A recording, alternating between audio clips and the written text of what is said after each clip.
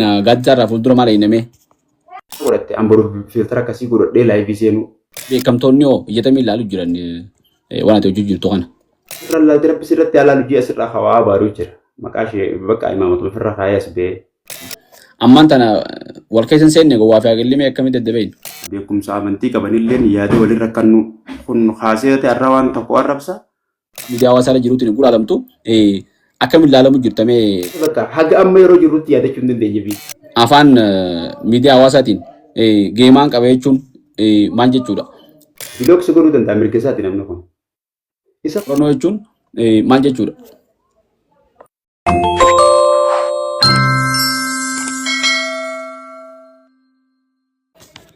Hawajamtoota daawwattoota keenya akkam jirtan nagaa fayyaadhaa kun barkoo miidiyaa keessanii miidiyaa keessan kana laayik sheer sabskiraayib godhaa isin jenna.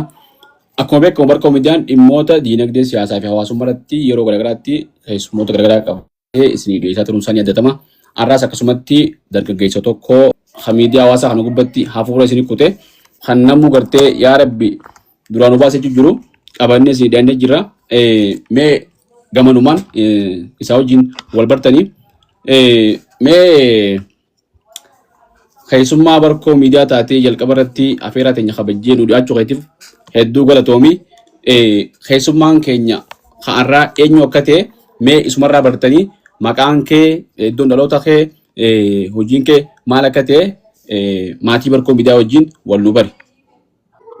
Duraan dursee carraa kanaa naaf kennitanii miidiyaa barkoo miidiyaa kanarratti naaf yeroo keessaniif baay'ee galatoomaadha. Maqaan kiyya guutuun Gaaddisaa Sharafaddiin Mahammadii iddoon dhaloota Harargee Bahaa aanaa Malkaa Ballooti. Maqaan akkaawuntii Gaaddisaa Advertiidha. Nama yeroo dhiyoo tana karaa miidiyaatti dhufeedha. Akkana fakkaatti dhuftiti. Hedduu bareedaadha. Gaaddisaa afeeraa teenya kabajjee dhufuu keetiifis hedduu galatoomii. Barkoo miidiyaa nama hundaati. Miidiyaa keessaafuu ijoollee teenya talafaa ol ka'uu jirtu dhaloota agartee hegeree qabu kana warra kanaati. Nutis gartee hojii ati miidiyaa irratti hojjechuu jirtu laalleetii gama gartee feesbuukaa fi tiiktokaatiin hojiin ati hojjechuu jirtu waan gartee dargaggoonni keenya hedduun namoonni hordoftoota qaban beekamtii qaban dalaguu jiraniin xiqqoo addanutte. Sababa isin jecha nama akkanaa kana maaliif dhiyeessine hojiin isin gaba miidiyaa keessa irratti hojjechuu jirtan addanutte waan dargaggoonni keenya hedduun gartee fedhii dhuunfaa isaaniitii fi gartee waan maqaa wal balleessuu waan safuu cabsuu waan adda addaa hojjetanirraa keessan kun addanutteeti sababa saniin gama miidiyaatti si dhiyeessuu dandeenye. Kanaaf jalqabamee gama qophii teenyaatti seenuun duratti Malkaa Balloo iddoon ati dhalatteetti guddattee akkamii qabeenya uumaatiin akkamii teessumni lafasii akkamii qabeenya namaatiin hoo akkamii seenaa Oromoo keessatti akkamii aadaa fi safuu naannoo sanii hoo waan jirra gabaabsii nu tokko akkaataa itti guddatteerraa jechuudha.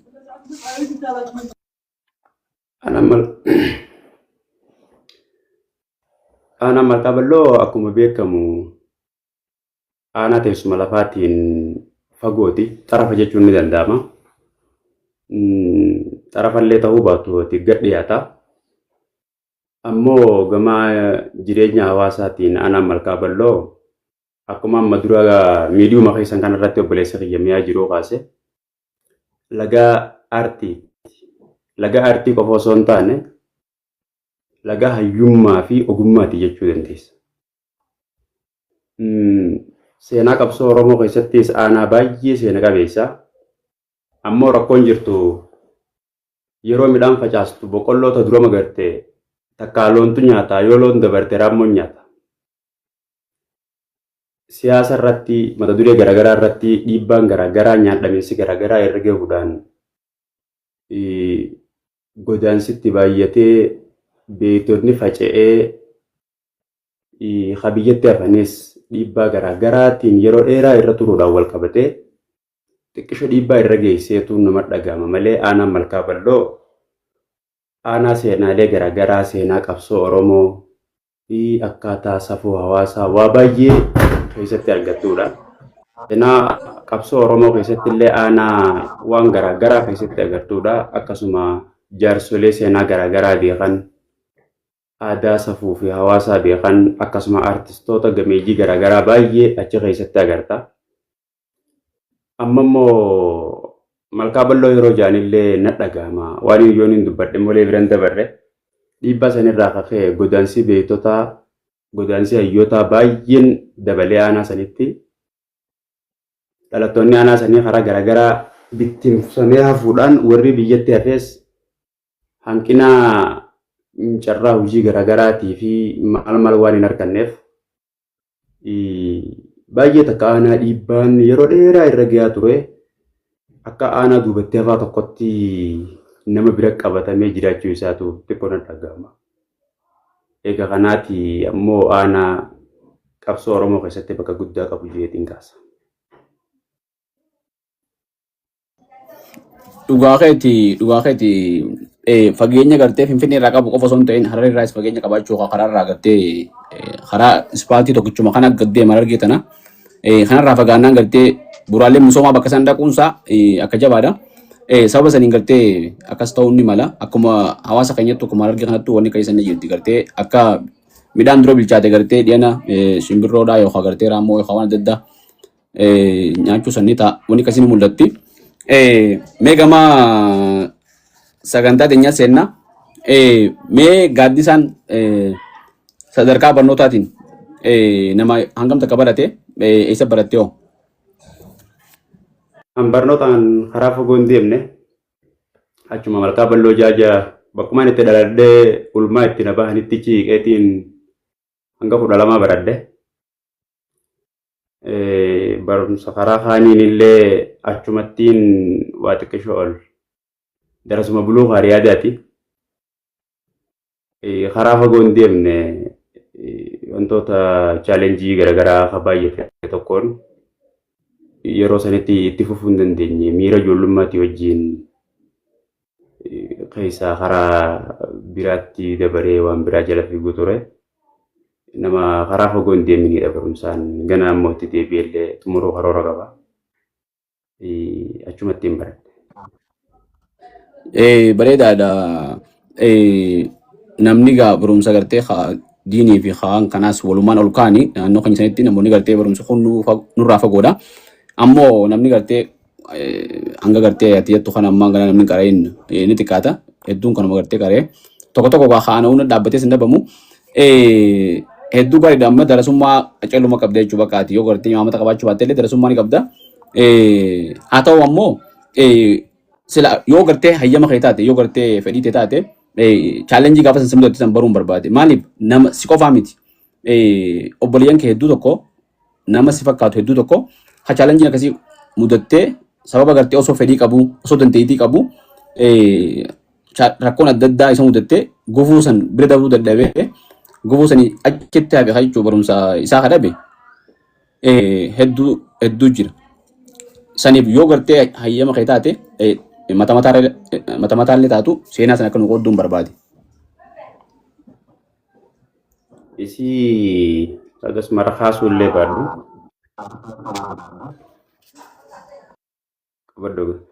Isii agas mara kaasuullee baadhu jechuma tokko yoon ibsee dhiibbaan karaa maatiitiin nama dhuftu baay'ee ulfaatti.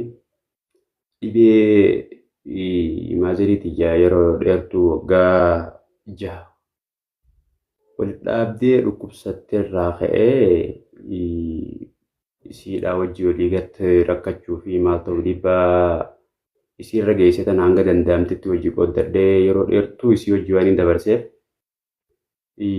yeroo waan qabu tanarraa barumsa gamalachuutiifis qoodaa hojii hawaasaatiin hojjedha.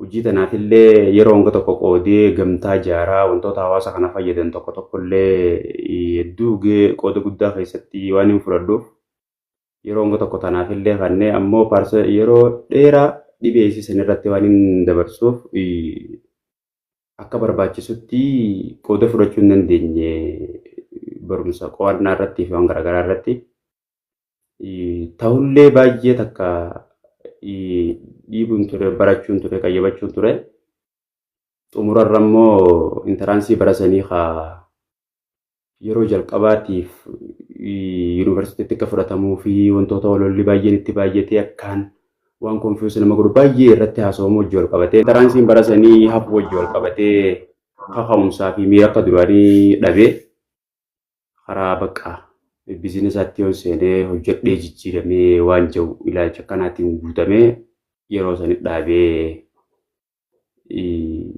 barumsa addaan kutuu dirqame. Hedduu ulfaata. Garuu immoo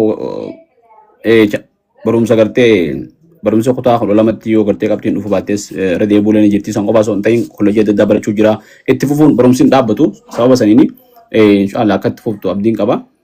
Wanni kana nama mudatti numa dabartii kaatunis biroo dabranii nama mudatu jechuudha. Mee san booda gaaddisaan barumsa dhiisee hojii biraarra jira. Hojii dhuunfaatti ta'a. Mee akkamitti gama miidiyaa kana dhufuu dandeesse mee gaaddisaa? Gama miidiyaa kan dhufe waan babbareedduu arkee miti.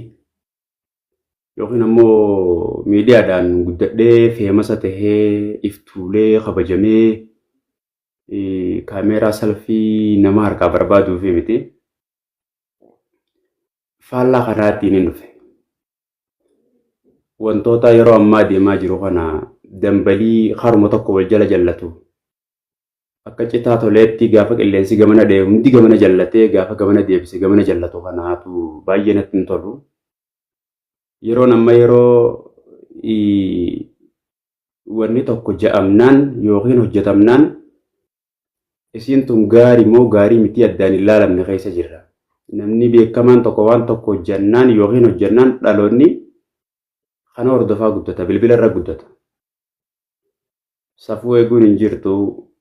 Wanti duraan hawaasa keessatti fofoqqottuu jaama. Hundinuu onlaayinii baatee dhaloonni kana harkaa guddata. Moor kana qofaa miti.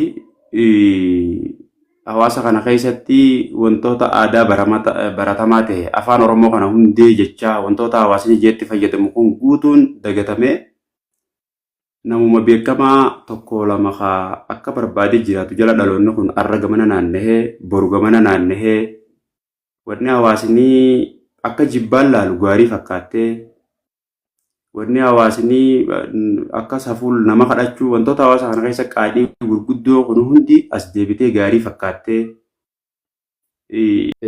hanga namoonni silaa waa beekan namoonni amantii baratanilleen ajandaa waan takka godhachuudhaan jecha kun faallatti jeeqaan kaanii deebisuu viidiyoo walirra waraabu bakka dirree beenamni ija daa'immanii ija hawaasa bal'aa kana duratti miidiyaa kanarratti deebisan taanee walirra darbachuu fi wal arrabsuu fi wantoonni kanaaf hin baay'ate. Gochoonni fokkotaanis yoo hawaasa keessatti deddeebi'ee yoo mul'ate bakka noormaalii waan baratamaa ta'a. Dhaloonni kun akka waan gaariitti hubata dhaloonni lafaa qabu. Isii tana hunda mata duree mataa fayyaatti qopheeffadhee kallattii garaagaraatiin dura dhaabbachuudhaaf gaaf takkanii yaala waan jiruun karoora qaban ture. Ammoo osoo inni karoora keessan irra illee hin gahin akkuma qoosaatti jecha takka lamaan akkuma qoosaatti jireenya laaqamee gardee nu harkaa bade kana akkuma tokko godha je'e kaanis jala jiru akkuma jireenya wal makate kana jechootuma gaggabaabaadhaan akka qoosaatti ibsuu jalqabee ammallee akkaaniin ni hojjedha jee karoorsisan hin tuyne waanuma osoo hin deemuufaa jecha naa dhufee fi jechootuma lama lamaan jechaa jira malee amma isaaniin karoorfadhe san gaaf takka as bee miidiyaa kanarratti wantoota hawaasa kana ni fayyada je'ee yaadu ni hojjedha je'ee karoora guddaan qaba. Hedduu bareedu mee wantoota adda addaa miidiyaa kanarratti gartee wal xiqqeessuu wal arrabsuu namni guddaan xiqqaa kabajuu dhabu xiqqaa guddaa osoo hin qabne namni gartee akka hordoftoota qabuun akka gartee warra beekamtii qabuun beekumsa dhiisee wal hoogganuu wal jala deemu akkuma tibaantu wooma gartee namni beekamtii qabu namni hordoftoota qabu yoo waan hin taane jees safuu cabsitee maarree namni osoo laalle jaluma deemu namoonni silaa beekumsa qabanis waan sana osoo mormine osoo irraan deebisne yoo dubbanne gartee deebisan yookaan ammoo hordoftoota nurra hedduu qabaa jennee sodaachuudhaanis taatu dhiisuudhaan miidiyaa hawaasaa irratti waan adda addaa safuu cabsuun kun mul'ataa ture. Saniin na kaasette mee addatti guyyaan ati miidiyaa irratti dirqama bakka miidiyaa kanarratti mul'adhee dirqama waan hin taane miidiyaa kanarratti akka uummanni deemu jiru kanaan dhalootaaf gaarii miti duraan dhaabbadheettee murteessite wanni addatti akkasii murteessite ni jirti. Ni jirti. Guyyaan gana miidiyaa kana fayyadamuun qabaa, miidiyaa kanarra hojjechuun qabaa, sagalee xiyya namni dhagahuu qabaa jee guyyaan nan murteesse guyyaa tokko Ramadaana baranaa kana xumura isaarra amantiin Islaamaa tun tuqamte, arrabsamte, namuma beekamaa nama duraan namni hordofuun amantiin Islaamaa tun tuqamte. Akkumaaniin hawaasa kana baay'ee jaaladhu. Caalatti garuu amantii Islaamaa baay'ee jaaladha. Tuqaa isin jaaladhu. Namni bakka hedduu na dhugaa namni hundi hin jaallatu. Garuu baay'ee takka na dhaga. Miira biraa keessa galeen ture. Walaloo barreesse. Gizee miira aariitii fi yaaddoo garaagaraatiif waan takka takka irra gizeen jiru walaloo bifa barreeffamaatiin ibsadhaan. Kaniin barreessee kaa'uu fi kaniin maxxansu jidduu fuula feesbuukaa irratti illee akkas waan akkasiitiin godhu ture. Fuula feesbuukaa kiyyaarra yeroo inni maxxansu naaf hin daawwatamne. Hin dubbisne bakka namni waan barbaaddee hojjettees nama sagaleen isaa dhagahamtu, nama xiqqishoo beekamtii qabu, nama akkasii jalaa waa dhageeffataa waa dubbise malee hin dhagahamtu. Yeroo sanitti feesbuuka jalaa nama 1,600 ammoo 1,500 akkanaan qaba. Follower qofa osoo hin taane yoo niifi nama mata duree tokko kontentii takkaan beekame taate malee waan san namni siif ilaaluu hin dubbisus. Nin maxxansee hin daawwatamne. Nin aare deebi'ee ilaalee naa daawwatamuu dhabuu sii kanaan. Firee follow hangi nannachi jala qabu kun hanguma saayibban hanga lafarratti wal beeknuu fi wajji jirru yoo namni immoo muraasatti dabalame malee namuma duraan wal beeknu. Isaan kana hunda biloog godhinaan jette bakka keessa kiyyatti na dhagahame. Isaan kana hunda biloog godhee feesbuuka kanaas haqee miidiyuma kanarraa bu'ee akkaaniin arrabsoo amantii tana hin agarre. Nama lafarratti arrabsoo yoo agarre yeroo sana akkaan itti deebisuu jira. Taasirraa tan akkaan hin agarre bilbila kana akka botonii itti siimii qofatti kaadee bilbilaaf yoon itti fayyadamee hojjechuu murteessee miira biraa keessa galee. Egaa miirri sanarraa galee booda miidiyaa kana kallattii barbaachisuun gaaf takka hojjedhee miidiyaa kanarratti sagaleen kiyya akka dhagahamu godhee waan hin taane duraniin dhaabbadhaa jechuu karoorsee ammalleeti ittiin deemu jira malee bira hin geenye karoora kiyya san amma numaan dhufe amma isiniin wal argu jira. Sababa gartee amantiin tuqamtetti jechuu kan addatti dirqama amantiin tuqamnaan irraa deebisaa kan ta'e hanga dandeessutti walaloo barreessite ammoo wanti san siin daawwatamne. Beekumsi kee yoo ati galtee quuqamni kee nama bira ga'uu dhabuun san daranuutis quuqaa biraas kaaftee dirqama nama dhageessisuun qabaa jettee itti kaate jechuudha. Murteessee karaa miidiyaatti dhufe guyyaa amantiin tuqamte sanii bara kana. Addatti gaafa sanii itti seente mee walaloon teessuun maal jetti walaloo ajaa'ibaatiin si'a walaloon sana walaloo addaati gaafa sumaa gartee tasilaa dhagamuu qabdu. Hanga fe'atu kana jetti. Likki namatti himuu karoorseetiin hanga fe'atu kana jetti mata dureen isii yeroo mara gaafaaniin walaloo barreeffamaa kana hin sagaleessu malee sagaleedhaan hin dhiyeessu malee walaloo bifa barreeffamaatiin taniin barreessee ol kaawuu taphaddu taniin yeroo takka takka miiraan ibsachuuf maxxansu hedduun barreessa gaafa durumarraa walaloo niin barreessa. Addatti garuu kontentii waan hin ibsachuu deemu san keessa jechoota ulfaataa isii osoo callaan kaan ganaa baay'ee nafee jiru. Mata dureen waan hin irratti kontentiin qabadde san keessa jechoota ulfaataa tokkoon gamoo fuulduraa filadha yeroo mara. Hanga fe'atu kana jetti boksii kana fuula dura kaayee achirratti. Silaa namni kun hundi namni barreeffamni kiyya san bira irra turee naa daawwatee miira sannaa hubatee natti tola. Garuu waan naa daawwate waa osoo isaan laalu jiranii anaaf mul'achuu dhabu waan namni kun hundi naan laallee na fakkaate aarii yeroo san qaburraa ka'e bifa sagaleetiin dhufuufis beekamtii si gaafata. Miidiyaa irratti beekamtiin qabu lafarratti illee waan adda addaa hojjechuu yoon ture miidiyaa irratti beekamtiin qabu guyya saniin miidiyaa kana dhufee yoo namni dhibbi takka naaf daawwate nama dhibba takkatti sanirratti haqa dubbadhee yoo dirree haqaan taane asirraa bu'uun qaba jee karoorsee guyyaan nan karaa miidiyaa kanaa dhufe guyyaa amantiin Islaamaa arrabsamtu sun. Ajaa'iba waanuma jabduu gartee gama miidiyaa nama fixuu qabu si fide akkumaatu agarte sanii akka itti dhimma jirus akkasii gartee namni beekumsa fedhe yoo gartee hayyuun fedhe dubbate yoo gartee sagalee isaa ol fuudhanii sagaleen isaa lallabde malee namni dhaga'u hin jiru. Hordoftoota qabaachuun sagaleedha jechuudha amma akkasitti ilaalan akka kiyyatte jechuudha. Waan ajaa'ibsitti ta'u waanuma akkasiitu namoota hedduu gartee gama miidiyaa fide anillee amma sadaadha waan miidiyaa dirqamatti hin didee malee waan beeku miti. Ammoo yoo gartee namni silaa sirrii jiru tokko bakka takka hin jiraanne kanuma sirrii hin jirre bakka san qabata jenneetuma waan sirrii dalennee yaanneeti waan akkaan bareedaati. Mee miidiyaa kanarratti gartee osoo gama hojii teetitti seenne duratti namoota fakkeenya siitan ni qabda namoota fakkeenya siitan kanneen akka gartee hayyoo ati silaa jettuu san waan ati godhuu feetu san waan takka takka guwaati silaa godhuu feetu si dura isaan godhan akka waan ati gootetti itti gammaddu ni qabda.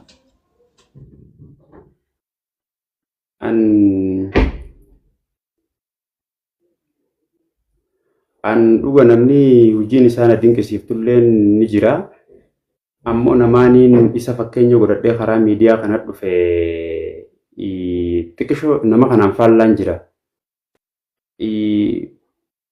Fakkeenyaaf namni kun wantoota gaggaarii haa hojjetus dhimma nama dhuunfaa dubbachuu hin dhiisu, yaadaas namarra kannuu hin dhiisu, walirra kannuu hin dhiisan.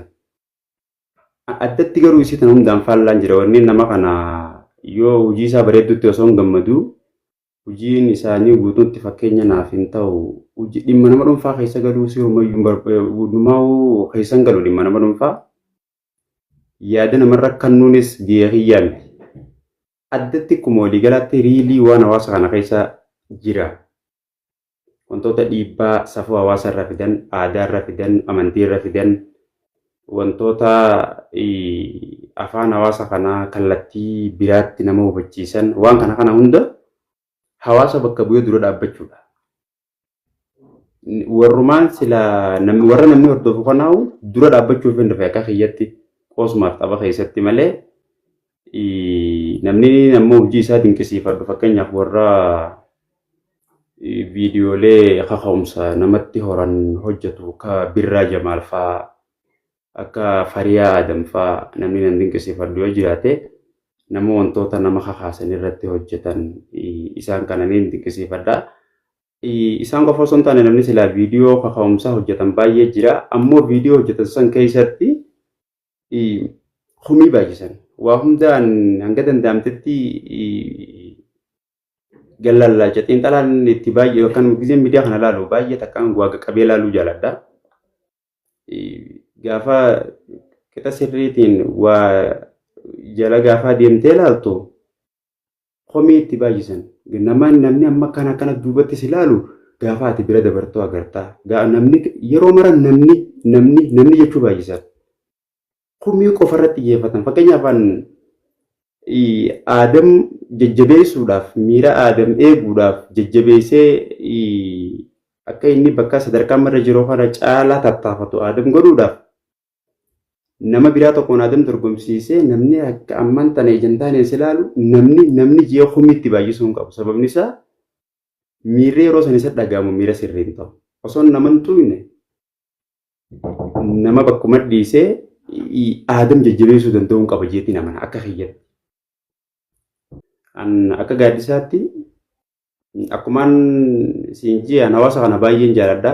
Addatti ammoo nama kana roorroo namaan danda'u.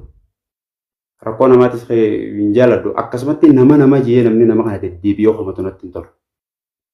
Saniif jecha wantoonni amma jiru viidiyoo gaarii hojjechuufis dirqama viidiyoolee gargaarsaa hojjechuufis dirqama namni kun ifi waan hojjete tana xiqqeessu namatti mul'isuudhaaf nama biraa tokko homatee xiqqeessu qaba. Akka akkam beekamnetti hawaasa keessa barante wanni tun.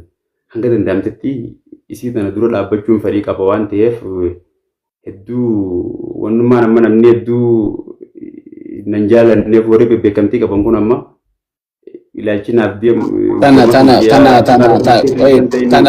Tana fuuldura tana gaafiiti boodaraanti si dhufa tatana. Boodaraanti si dhufa. San duratti wantoota gartee xiyyeeffattee hojjechuu jirtu namoota addatti gartee nama fakkeenya godhattu namoota inspaareeshinaa tokko ni qabda. Garuu immoo namoota kana keessa namoota motivation isa kakaasaa ogummoo homii heddummeessan harka bitaacharra deemuu tan heddummeessan wanti tun gartee namaan kutti jetteeti maaliif gamuma mirgaa kanaan nama biraa tokko dhiisanii namuma kana qabanii hin sossoofnee yoo danda'anii hin kakaafne teettu keessaa qabatte waan bareedaadha. Mee hojiin teetun hojiin ammaan tana dalagu jirtu hanga ammaa viidiyoolee hedduu hojjette viidiyoolee keessan hanga tokko irratti gaaffii si dhiyeessuun barbaada. Fakkeenyaaf dhiyeenya kanatti viidiyoo waa'ee Moroonoo hojjette. Moroonoo jechuun diiggala jechuudha. Adurreen gaafa nyaattee quuftee waan sodaattu dhabde achi utaalteeti hanganaa bineenseetti. Ijoolluma duraan wajji mana galuu turte tan harkatti ilaalnaan harka murte dhaltuun galgala baatee sagalee ajaa'ibaa dhageessifti dhawwaaqa. Hormaan duubaan mana seenee darsa waliin naqa fittinaa nama kaayan. Diiggala jaan hawaasni. Moroonoo jennee waan dottan haasa'uun san. Hawaan sana haasa'uu illee fedhu garuu immoo eegate irraa haasa'u itti jecha irraa haasa'uun barbaada. Viidiyoo waa'ee Moroonoo saniin mee afaan hawaasaatti Moroonoo jechuun maal jechuudha? Moroonoo jechuun diiggala jechuudha. Nama waan sodaatu dhabe fakkeenyaaf adurree yoo fudhatte bashoo adurree dheessin maqaa walii gala. Daa'imummaa isheerraa maatii hawaasa tokko hojii walitti hidhamtee jiraatti. Daa'imman mana san jiru wajji jaalala walitti agarsiisti. Wajji nyaata hojii dhugan asuma akka bineensa biraatti miti isin. Gaafa cimtee humna baaftee ifa bakka miira isii ifa gartu achi booda bineensa taati. Miidhaa fi waan sodaattu hin qabdu achi baati kana. Isummaan sanuu guruppii ijaarte. Gaafa guruppii ijaarte galgala sagalee ajaa'ibaa dhageessisti. Sagalee akkasitti dhageessistu dhaltuudha. Kaan wayii balleessa, wayii rabbasha. Ijoollee teenya tana keessaayis miidiyaa irratti wantoota duraan qaani ja'amu hunda suutaan fixaa, wal arrabsaa, kaan achi wal ajjeesaa, jeequmsa adda addaa uumanii duraan yeroo gabaabduu dura yoo laalte walitti bu'iinsi gaafa uumame gaafa sheekotiin faanas baatee yaa ijoollee kan sirrii miti jedhu ni dhaaban turan. Gaafa san xiqqishoo hin fagaanne. Suutaan deemanii wannummaan sodaatan dhabamtee wanni qaanfatan gaafa dhabamtu nuti saba biraatti jaallu. Kanaafuu isaan sun gurubbii diiggalaa gartee waan nama waan sodaatu hin qabne mataan isaatu soda ja'a hawaasni. Gurubbii akkasiisan ta'uun naa gale hawaasa kana keessaa waan sodaatu dhabe takka ta'u wal jaaree qophatti ichi beeyyeetiin murteessee san irrattiin akkasan jeen.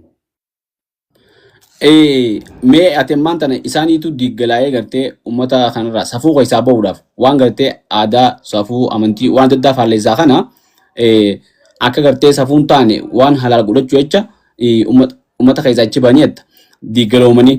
Isaan ammoo akka isaan jaan sabni kun waan wal komatuuf waan wal dhiibbaa irraan ga'uuf wal ajjeesuuf wal arrabsuuf wal xiqqeessuuf waan akkana kana hundarraa bilisa taanee gartee nagayaan jiraannaa jenneeti kophatichi baanee jaa diiggaloonni kun akkamitti waliin deemti lamaan tun? Warrummaan achi beekuun guutuun warruma safuu cabsuu fi wal miidhuu irratti hojjechuu ture sin. Kan nama ajjeesuu keessaa harka hin qabne yookiin ammoo reebamuu keessaa harka hin qabne safuu cabsuu fi miidiyaa kanarraa waan agaree haasa'uu keessaa harka qaba. Ammoo eegee isaan achi baana jaanii waan jaan katti makamuu fi osoo waan takka nu banne akkuma reefu siin jee yeroo nama keessa jirru yeroo yooni namachi bahee waan takkaan deeggara yookiin wawuma takka mata duree godhadhee yoo nanas baase osoo isiinsa maal akka taate hin beekne yeroo namni beekamtummaa qabaachuu kiyya qofaaf jala na jala fiigu jirra. Osoo bitaa mirgan laalle akkanumatti warri jala fiigu haa baay'atu malee namni yeroo mara waan hawaasa kana faalleessuun, waan hawaasa kana xiqqeessuun, waan hawaasa kana arrabsuun, abbootii haadholee irraa dhalanne tana waan maqaa isaanii xiqqeessuun ijoollee as baatu tun ijoolluma yoo laalte jala gaddeemtee yoo laalte viidiyoo safuu eegganne, viidiyoo arrabsoo, viidiyoo yaadee walirra kannuu ijoollee asirraa hojjechaa turte.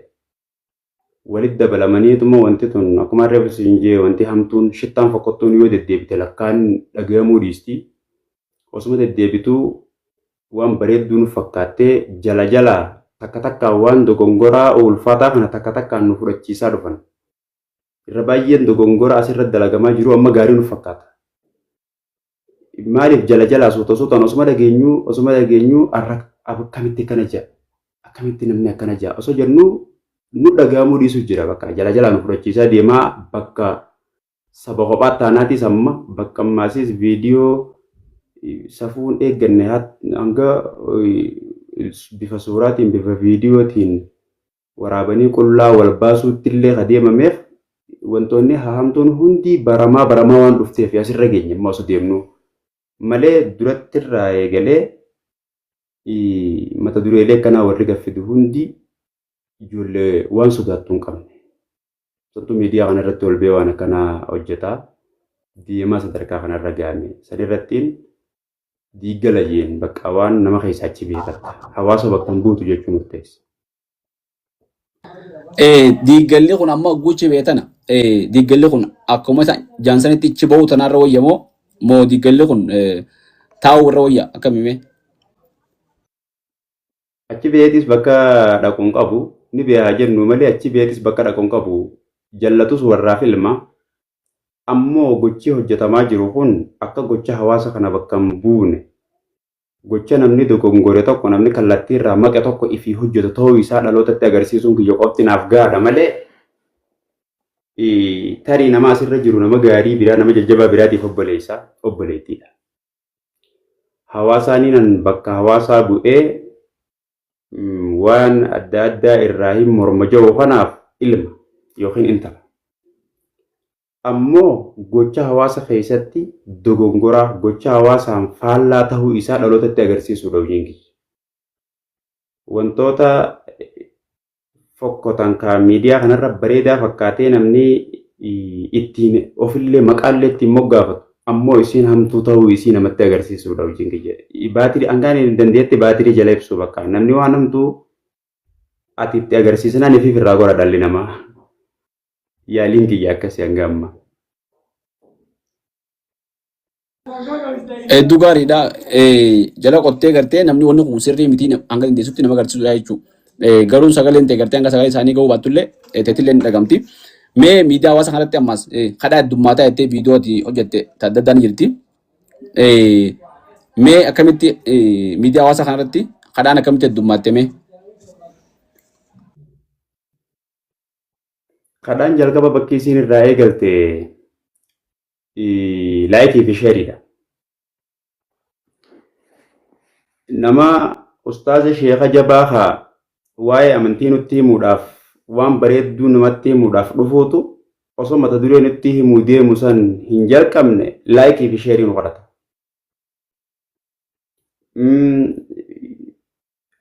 Hanga yoo ati laayik naa godhuu baatte sheer naa godhuu baatte je'ee nama abaaruurra ga'e. Achirraa eegalte kadhaan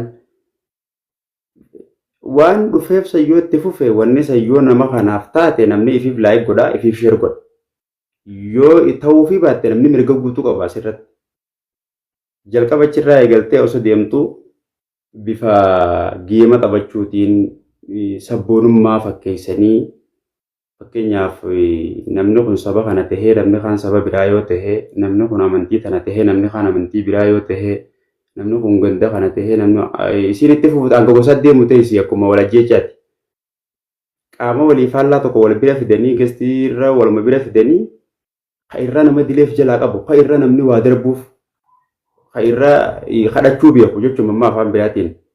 Naafisii immaa akkasuma akka wal bira teenyummaa naafisii hamturra kadhaa beekaadha. Kam irra namni rifatee fi waa darbaafiidha. Kadhaadha isiin tun.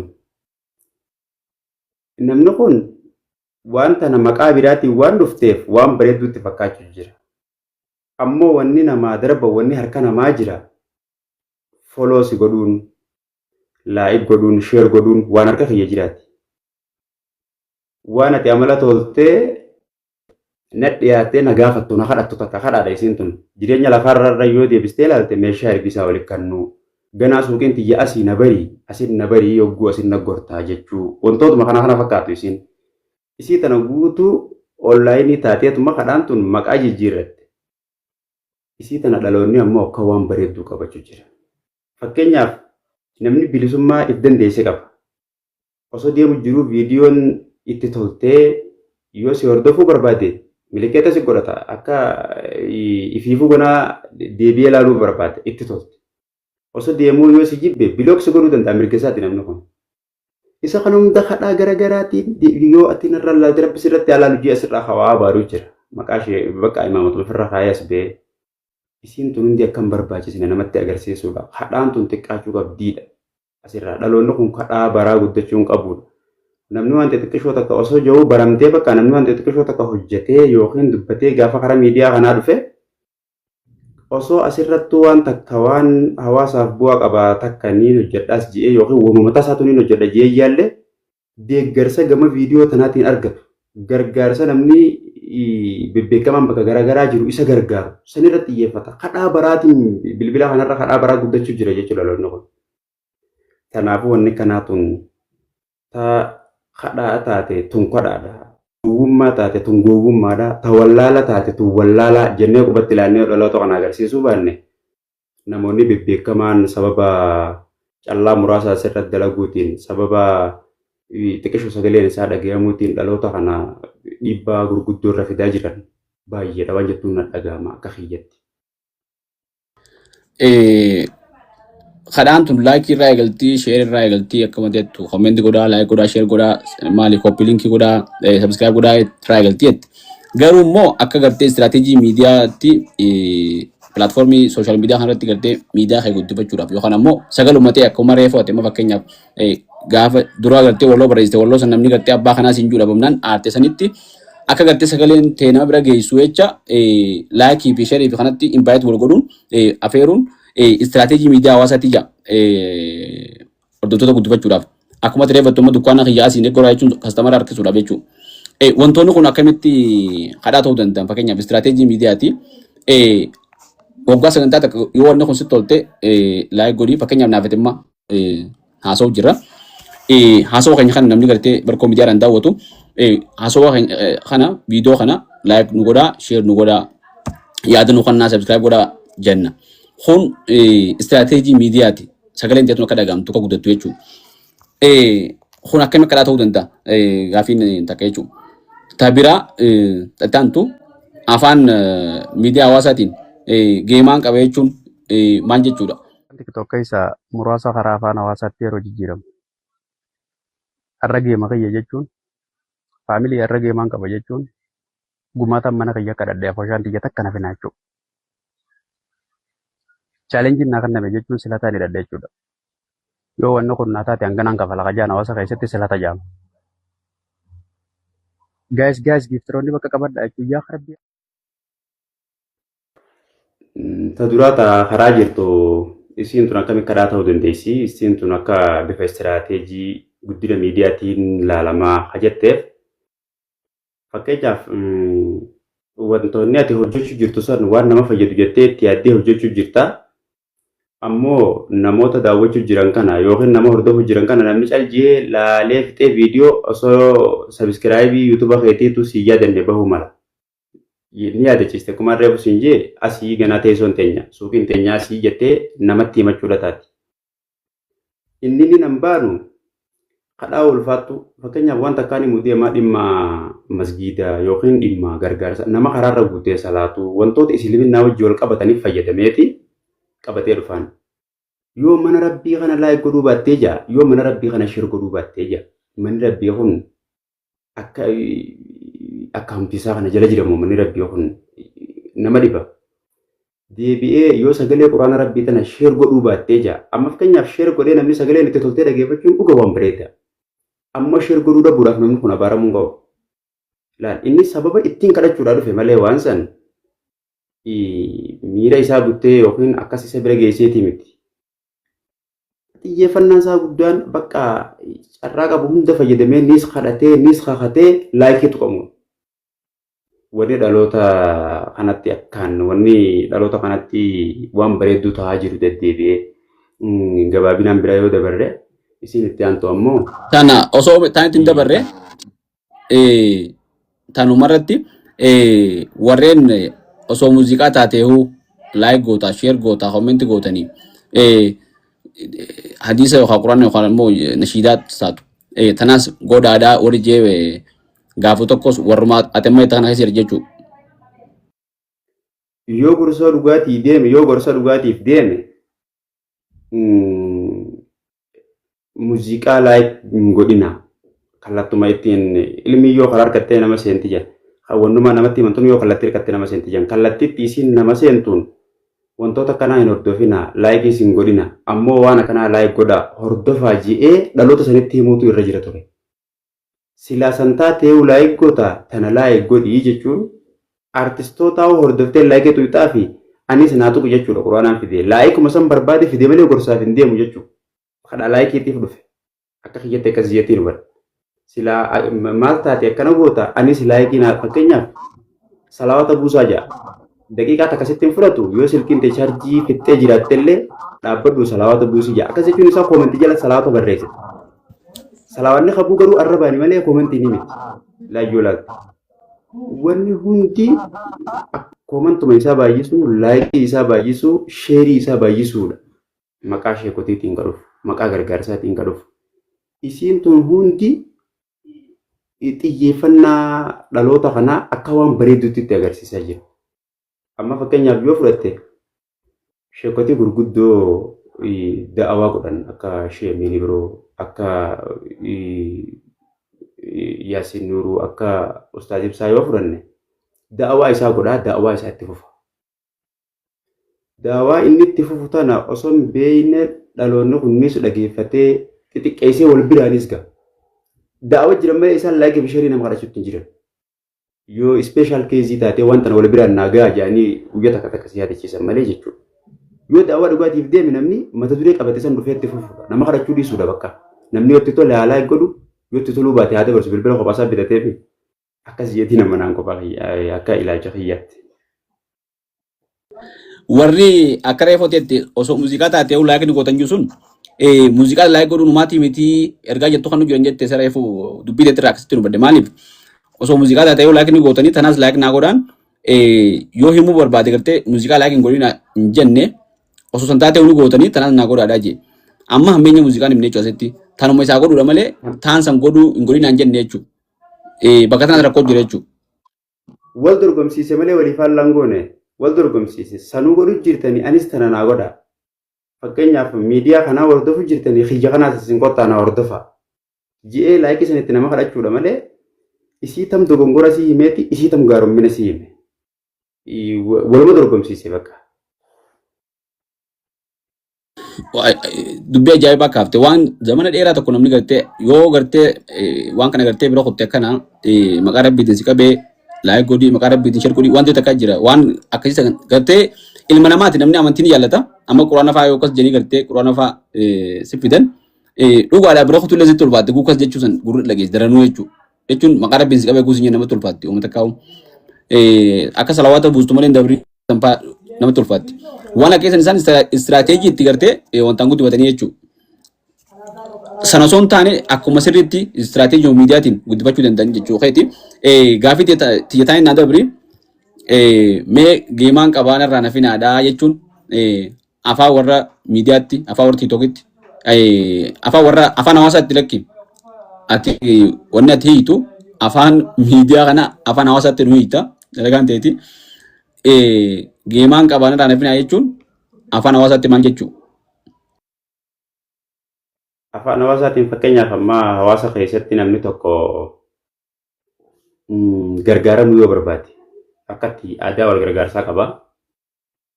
Gargaaramuu yoo barbaade gumaata yookiin ammoo namni kun gaafa ilmi faan fuudhee deebi'ee warra inni irraa fuudhe kana kophaa ifiitti waa hunda qabatanii dhaquun yoo itti ulfaatate. Warra saniin galatoomaa jechuuf alla magan jaa hawaasni keenya warra saniin galatoomaa jechuuf asiis gibjaa qopheessee waa hunda qopheessee ilma kanaaf waan hunda guutaa warra saniis waan qabu tana qabatee dhaquun itti ulfaatte akkattis hawaasni keenya akkuma hawaasa keessa beekamutti harka duwwaa wal biran dhaqu.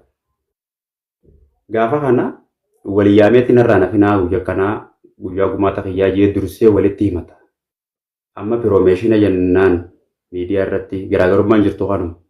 Ammoo achitti keessa erganiiti ijoollee firaa miila qallaadhaani dursee walitti himata. Guyyaa kana akkana bakka kanaatti narraa nafinaa jedha.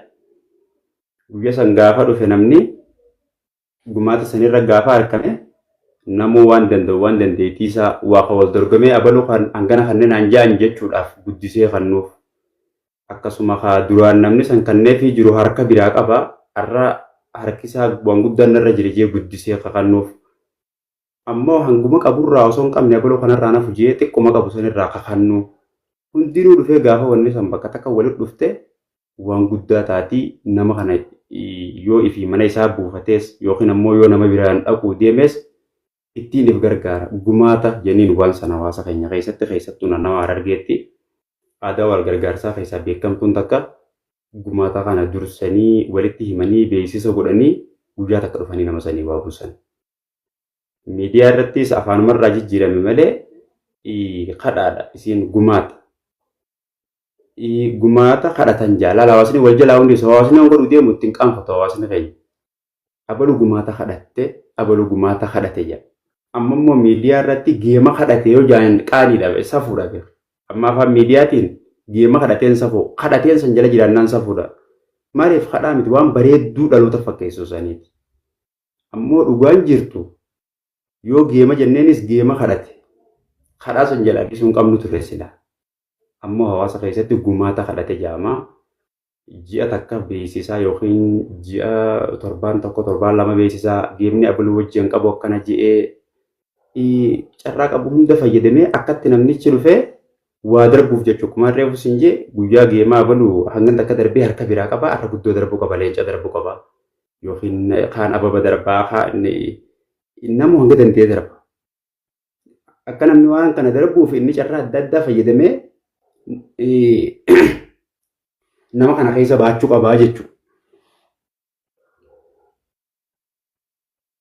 Geema jechuun amma gumaata jettee hiite gumaanni guu kadhatamu akka aadaa hawaasaa keessatti akkuma ta'etti yoo ilmu fuuyisan yoo intala kannanii gartee horii aadaa fageessu deeman yookaan gumaataa jira yoo firri kee tokko gartee fuudhee yookaan heerumee yoo guuza fakkeenyaaf ooluttis gartee guuzoo qabaatte guuza kadhatta gumaata sun ta'e jechuun sun ka'umnaati guuzni. Ha gumaataa kun ammoo hogguu gartee haajaa qabu namni hawaasummaadhaaf kadhata. Guyyuma keessaa namichummaan taa'u warrummaan nagee qabu kun kee guuzan kadhatu.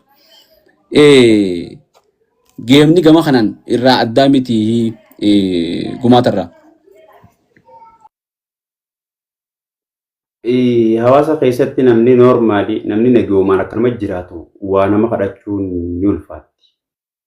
Geema irratti garuu kadhachuun hin sodaatamu. Ati geema qabachuudhaaf yookiin ammoo kadhachuudhaaf beekamtiin ta'e qofti xiqqishoo nama bira dabaluudha qabdi. Garaagarummaan jirtu yoo jiraatte geema beekamtiidhaan kadhatta. Gumaata garuu rakkoodhaan kadhatta. Garaagarummaan jirtu yoo jiraatte isiidhaan.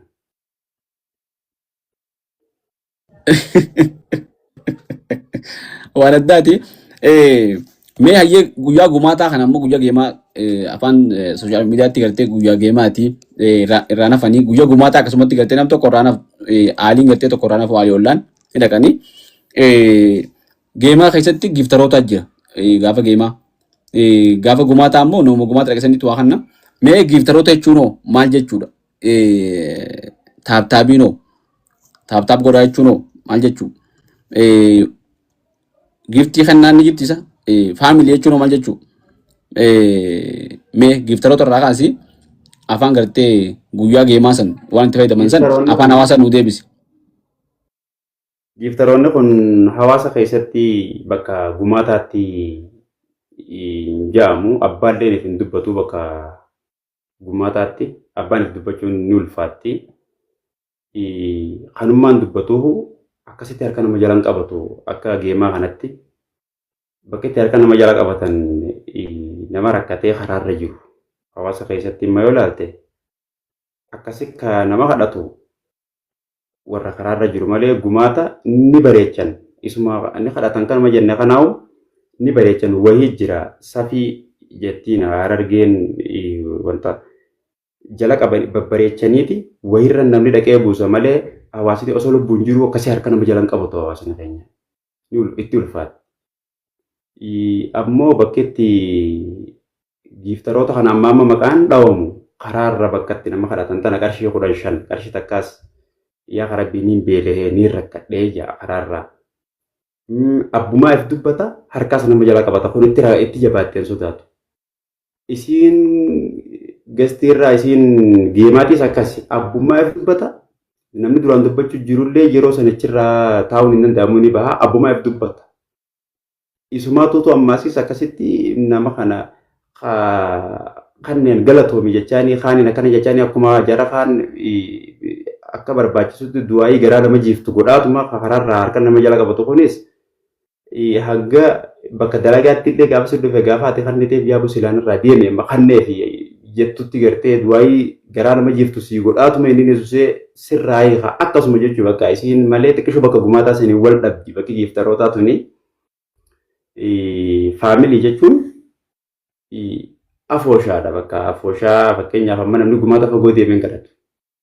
Bakka keessa jiru tana yoo firaa fagoo qabaatee firaan geeyate malee waan guddaa kan najee firaan geeyate malee wanni waa hundara namatti aanaa afooshaadha. Safara keessa jiran kanatti afooshaa tana waan jarasitti aanu kana bakki namni rakkoo fi bal'oo hojii qabu yoo rakkoo taatellee kadura si dhageessu isaan kana. Akkuma reefu jennee gumaannummaan kunuu akkanumatti lafarraan kadhatamu yoo akkanumatti lafa namni osoo jireenya nagaa jiraachuu jiru lafaa ka'ee inni kadhadha jee amma hawaasa taaree taati maaltu ta'ee manuma isaa kadhataa namni kana eegalee jaqaaniidha amma hawaasa keessatti itti ulfaattii beekaa kanuma caljee namni naman kadhatu yoo warra dhufan malee akka reefu jenne sanitti gizee waa namarra dhufan tana garuu kadura dhageewu afooshaa tanaatu walitti himatee guyyaa abaluu aboo abaluu kun akkanaati wanti xiqqoollee gartee namni yaadu akkasitti dubbiillee wal bira kaayyatee akkasii dhufaa. Faamiliin jennu tun yeroo hunda wal agaran ollaa ganama gabbee wal harkoo kana jechuudha. Miidiyaa irrattis waa hunda wal jijjiiree wanni inni maxxansuus dura bira geessuu asirratti bakka hunda wajji jiru bakka hunda wajji jiraachuun miidiyaa tun bakkuma arrabaatii fi bakka deebii kannuuti. Jara hogguu bakka kanaa wajji jiru kanaa tootoo faamilii jee wal jaamu guyyasanii afooshaadha jechuudha isin afaan hawaasaati.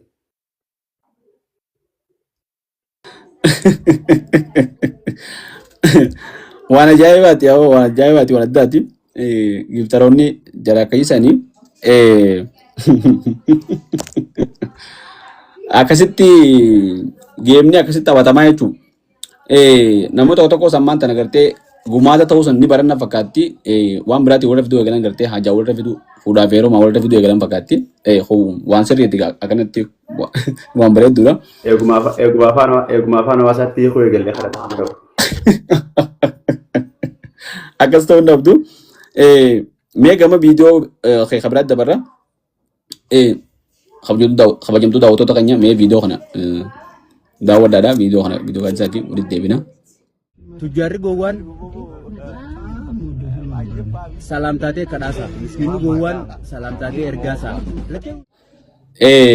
Mee viidiyoo gadsa viidiyoo amma sinjuu kana waa'ee salaamtaa taajiraa fi miskiinaa kajuu kana mee taajirri gowwaan salaamtaa maal se'a miskiinni gowwaan oo salaamtaa maal se'a. Bakka takkatti yoo ilaalte namni kun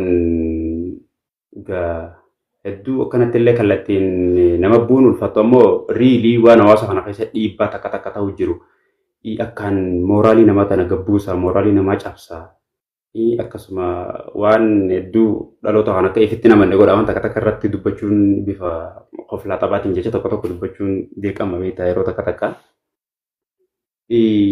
Namni xiqqoo waa qabu kun safara keessatti haa ta'u akka guddatee haa ta'u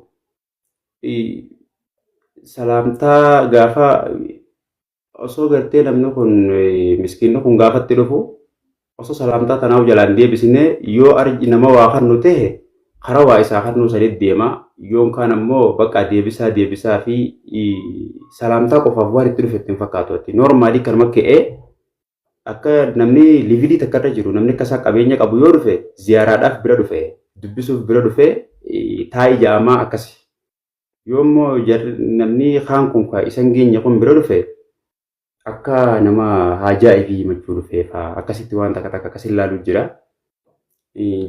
Namni biraa ammoo namni duraan hawaan qabne haa namaafis ergamu haa ta'u ammoo noormaalii kanumatti osoo hojii dhuunfaa fi figgatee jira haa ta'u yoo yaaminsatti baay'ifte yookiin yoo yaamte akka waan bakka dhimmatti boof namni kun yaametti fakkaata beektaa. Kanaaf jecha hundaa miti viidiyoo san irratti yoo ilaaltu tujjaarri gowwaan salaamtaateeti hadhaasaa miskiinni gowwaan ammoo salaamtaateeti ergaasaa lachuun dubbisinii jetti viidiyoon. Hundaa miti bakka nama ilaalchi isaa akka jirutti waa qabaachuu fi waa qabaachuu dhabuu irra nama santu hawaasa keessatti waan akkasii calaqqisiisa. Isiisan ibsiti viidiyoon san. Taajira kana taajira biraarraa taajira gowwaadhaa fi taajira haaqila akkamitti adda beekna duuba taajira miskiina akkamitti adda beekna gowwaa fi haaqila ammaan tana wal keessa seenne gowwaa fi haaqilli mee akkamitti adda beekna? Milikeetatti hin goone viidiyoo mataan irrattu milikeetti isaanii yoo tujjaarate hadhaasa'uudha yoo miskiinatti ergaasa'uudha takka milikeetni kanuma. Miskiina yoo tujjaarate ta'uudha. Akka jaa'ee waan naa deebiste. Yoo eeguma jetteen booda adda baafatte jechuudha. Yoo gartee salaamtaa jetteeni tujjaarri taajirri salaamtaa jetteen. Keessaa takka milikeetan ta'uun ooltu jeetti tunu. Akkaan gaariidha. Mee viidiyoolee hanga ammaa hojjette keessaa viidiyoon hundara sitti tolu akka gartee dhaloota irrattis gartee dhiibbaan uumaa viidiyoon kun viidiyoo itti gammadu asii gammachiise viidiyoo kami? Keessaa gaa viidiyoon akkuma isin jee osumaan deemuu fayyaanni naa dhufaa eegaaniin dalaguu eegala kana ayesa badde viidiyoo dalaguu dhiistee jeefaa namni gama keessaatiin gaafa na dubbisa fayyaa jedhee itti deebi'a akka gaafaan dura jalqabu sanfaa jidduu inni irraan fadhaa'u. Taniin akkasitti tasuma maxxansiisan ifiifuu deebi'ee eegaaniin laale ta'a. Ifumaafuu eegumaaniin irraa ture faana mul'attu jira. Keessaa immoo addatti viidiyoo mee ifirraa walii bu'a. Hedduu akkanatti ifirratti olin ka'inaa ifirratti ifin tuulinaa. Namni uumamaan waliin caalu carraa wal caalu qaba malee. Nuti hundinuu bakka jirru duniyaadha viidiyoo jettu takkaa fi isii biraa ammoo ta'a wantoota eegumaan jeefaa riilii waan lafa tararra jiru walirra naa dhuftu. Viidiyoo akka warri si dhiyaatan kun yeroo takka takka if jala achi fagaadhu achi ifa silaali gaafa achi ati irra mul'attu jira. Warri amma si dhiyaatanii jiran kun carraa si mul'isuu qofa osoo hin taane carraa si ukkaamsuutis ni qabani. Isaanummaanuu gaafni isaan xiyyeeffannaa siif kennan tarii gaafa nama fageenyaarraa waa'ee kee dhagayan ta'uudha mala. Viidiyoo jettu san faadha maaliif namni hedduu wal cunqursuu fi hojii irratti dhiibbaa walirra fiduun wanni takka takka waan argamtuuf viidiyoolee akkas akkasiisan viidiyoolee kaka'umsaa takka takka ifumaafuu gaafaan deebi'ee ilaalee nam mul'attu jira. Tokko filaatis eegumaaniin deebi'ee faa nama faa osoo hojjeteenyuu faa nama osoo oloofuu irra dhufu faa irratti gizeen if cina dhagee anuu deebi'ee hojjettu hofluu jira irraan fadhee viidiyoo takka takka dhuma jirti takka takka takkasii.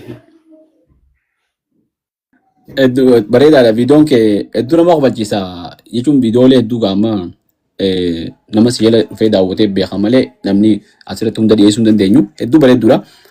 Tagartee saayiboo wajjin luqataniifis illee dhaamte akka jira. Viidiyoo san addaati ergaa fi dhaamsisi addaati. Silaaniyyuu nama abaluufaan jennii waa walitti himuu qabdu. Ammoo akkasii maqaa namaa tuquurra gartee saayiboo wajjin lulluqatan waan isaa waliin jettee wanni dhaamsa 3 moo 4 gootee kan ta'an waan Iddoo barcaatiin nu jalaa cabsu jirtu waa 3 sitti himaa na jalaa qabatu. Takkaffaa.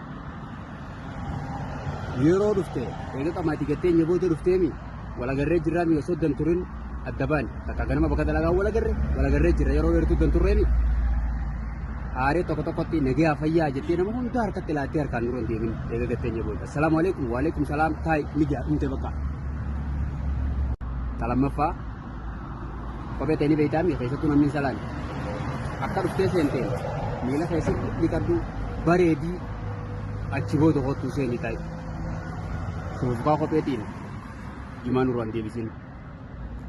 Sadaffaa sa'a booda jeequmsi hin danda'amu. Nuti akka sa'a dura jabana irra jeenee sa'a booda irra toobachaa jirra.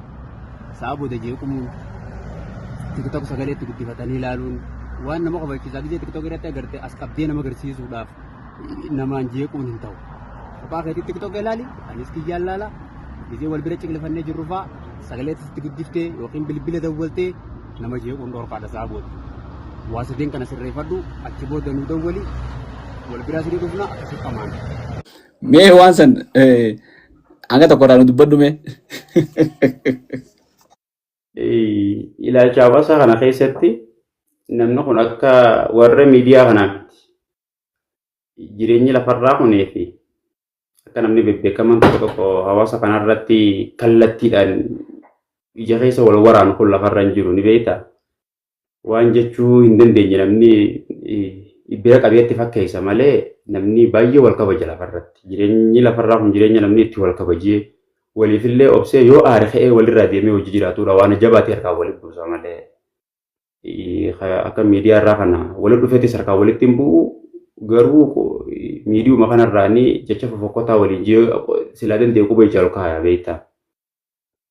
Jireenya lafarraa sanirratti waan namni kun suuta kallattii sitti akeekee tana irraa hubachuu danda'uudha qabda beektaa. Warra akkasumas sirrii miti namni kun ni rakkata yookaan fakkeenyaaf gaafa namni kun kophaa taa'uu jaalatu gaafa namni kun ammoo iccitii takka wajjin mari'achuu jaalatu jira waan kana hunda namni itti akeekeeti saayibuma isaa kanaa guyyaa irraa adda bahuunii fedhuu jira yoo iccitii maatii fa'aa marii adda addaa qabate waan kana hunda amma an je'een fixne malee jireenya kanarratti waan namni kun waliif beekuu qabu dila takkaa jira keessaa ammoo gaafa warra wajji deemee qama'uu fi kana kanaatuun faan isii yeroo hunda deddeebitee mul'attuu lamma namni deemee barcaa qama'uu turee fi hawaasa kana keessa sirrii beeku ni agarra. Keessaa garuu waliif nu bannee jira beektaa kan nu bannee jira. Isii akkasiisan fakkeenyaaf gaafa haa abshirumaa wal agarra bakka walitti deebinaa ija bakka haasawusan gabaabsuu barbaadee jira namni kun yeroo bilbilaan wajji haasawus. Deebi'ee gaafanii fi immoo akkama inni takka waan biraa yaadu jiruun takka dadhabbii biraa baafachuu jiruun akka hojjetanii qamaatii eegalanii achi haasawuu itti kaasaa maqaa yaameetu itti haasawuu eegalaa bakka yeroo sanitti inni xiqqishu silaa boqonnaa barbaada. Jimanni jiraa miiqama eegaa ja'an beekuu qabu mana namni kun silaa irraa gabaabsuu qaba gaafa inni akkas jeen ammas gaafa hogguma gattaan san namni kun bakka nama onni irraa du'aa godhuu jaalatu jira ammoo bakka manuma kana uwwisuuf bakka akka ka'umsuma horuuf nama kana dura fiigeetuma bakka akkanumatti bakka mul'achuu nama jaalatu jira bakka garaagaraa ni beektaa. Bakka bifa du'aayitiin fa'aa minaami wakabaa kaasuu jira. Jalaa xiqqishoo nurraa usiis jechuun akkaan reefu siin jee namni wal kabaja akka miidiyaa irraa kanaa miti itti ulfaatti caljaa usee takkaa bilbila fayyadamu jiraates caljee bilbila isaa fayyadamaatuma uumatti jiru godhaa qamaatuma akkana gaa'u akkana yoo jaanimi amminee yaa wallaa ijaa bakka suutuma amminee yaa wallaa ijaa suuta kanumatti lafa laa namni san silaa beekee xiqqishoo irraa xiqqeessuu qaba miidhaa keessa jiru san beekte isii kana kanaa tana yeroo harkadhee gaafa san waliin dhaabee fitne malee viidiyoo takka lama dalageetiin kutaan irra jiru irraanfadhee achumaan dhiisa malee baay'ee jira silaa hawaasa keessa isin akkanaa tuni miira akkasiisan ibsuu barbaadeeti gaafaan akkas jiru. Waan ajaa'ibaati namni gartee nama booda fa'aa guu dhufee bakka barchaa nama hunda tokko maqaa harka fuudhee maal kan jiru tokko nama gartee zaasan gattaa'ee nam tokko masuguma qamoo jiru nama harka isaa kana guu namni dhufee harka fuudhee gartee qamotti ku jiru kan fedhe jiraachuu mala namni gadiin ammoo amala adda addaa qaba namni kaayifumaafuu gartee yoo tuttu kaayee dhiqatee fa'aa qabuufaa jira namni amala adda addaa qaba istimaara hedduu tokko qaba namni luqatu kuni waan keessan akka wal eeggatan hunda haaftee waan ajaa'ibaati. Isin dhorkaallee ta'uu baattu amala walii eeguu bakka dhorkaallee ta'uu baattu amala walii eeguun takka bakka waan xiqqishoo amala nama baay'ee kana hundi waan siin galleef ati jiddu galeessa irraa qabachuun akka amala keetii qofatti hunda cabbatuu fi yeroo mara haasa'uu fi isiisan noormaalitti irraa deebistee dhageeffataas tahaa taa'ee laalaa nama qamuu danda'us tahaa yoo akkas goote malee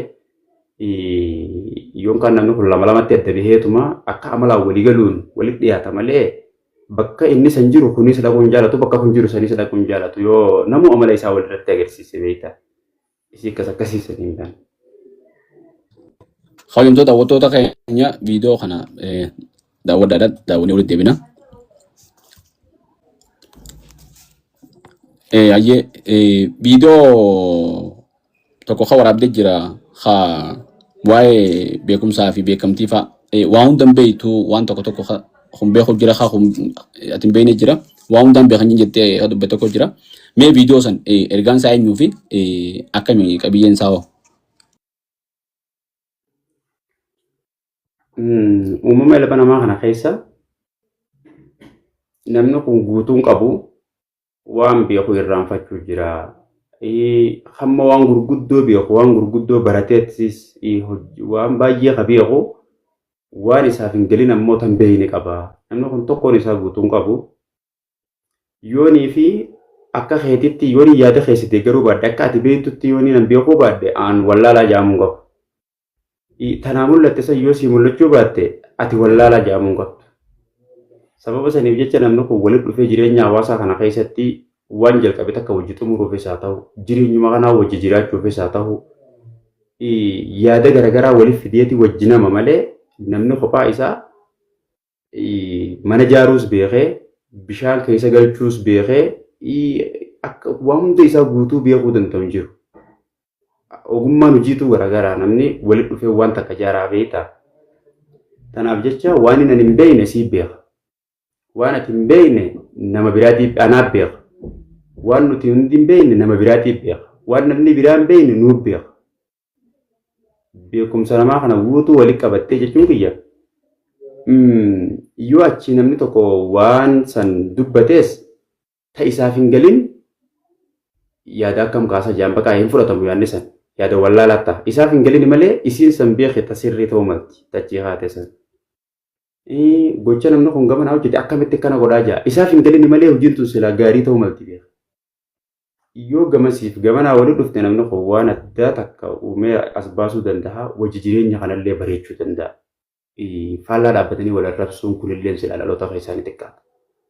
Amma immoo beekaan lama nama fuulduratti jechan taane kanaan wallaalaa jedhee kunis ragaatti barbaadee kanaan wallaalaa yoo jedhe dhaloonni kun jidduu burjaajaa guddata.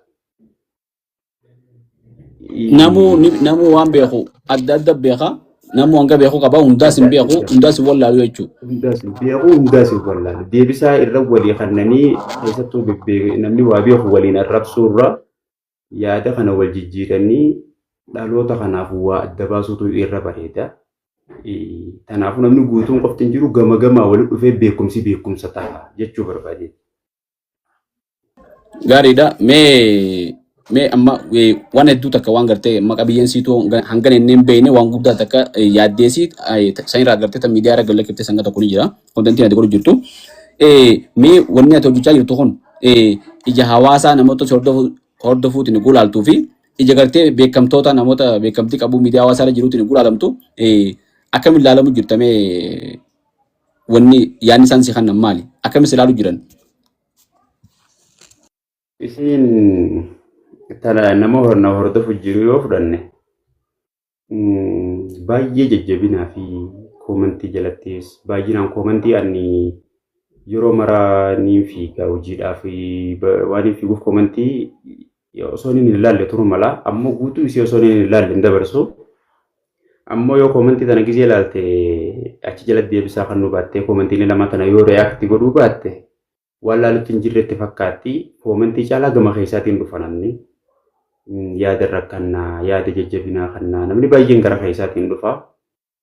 Keessattuu warri beekumsa qaban namni na caalaa beekumsa qabu akka akkasitti itti dhagahamtu beeku viidiyoolee garii bakka guddaa akka qabaniif natti himanii viidiyoo akka awwa jireenyi kun jireenyuma keenya jiraachuu jirra mee jireenya keessan chee godha isin hundi jireenya keessan asirra fiddanii nu harkaa waliin laaqame jireenya kana nama kanuma fi jiraachuu jiraame viidiyoo kan jettu sanfaa bakka akkaaniin yaadee isii san dalagee ol namni akka itti hubatu qaba. Amma akkuma reefu siin jee waan tokko hojjete dhufee osoo hin xiinxalle deeggaru yoo arraan tanaati bifa kanaan uffattee dhuftee laayivii seente amboor bifa saniin uffadhee laayivii seenu hamtuma toltuu adda baafachuu wallaalu namni mataa ifee kana dareessisuu dhiisee waan feemasanii dalage qofa dalagu bakka hedduu tokko namni namarra jiraachuu eegale bakka namni waluma akkanumatti wal jala yaa'uu namni kun akka namaa mataa isaa kana daleessisuu dhiisee jechuudha.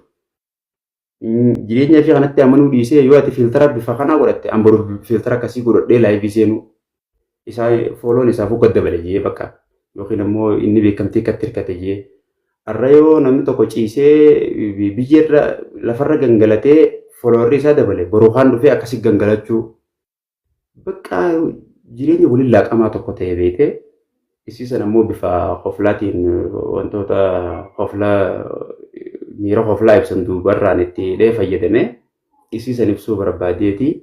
Namni hundi bakka viidiyoolee akkasii ija garaagaraatiin xiinxala warri sheekan itti dabalanii beekumsa kiyyaa ol ija xiinxalan qaban namni hawaasa kana keessatti aktiivii waa hubatu waa xiinxalu ija xiinxalu qabaa. Warri ammoo hoflumaa fayyadamuus ija xiinxalu qabaa. Hundinuu kallattii isaa mijaa'een fudhata bakka viidiyoo akkasii. Ammoo deeggarsaa fi jajjabinni gara keessaatiin dhufu na caalaa bakka viidiyoon torbaan maxxansu nama na caalaa hordofee qofa qabu jira. Torbaan kana bara viidiyoo hangana qofa maxxansitee maaltu si mudate viidiyoon maxxansinee nan jira.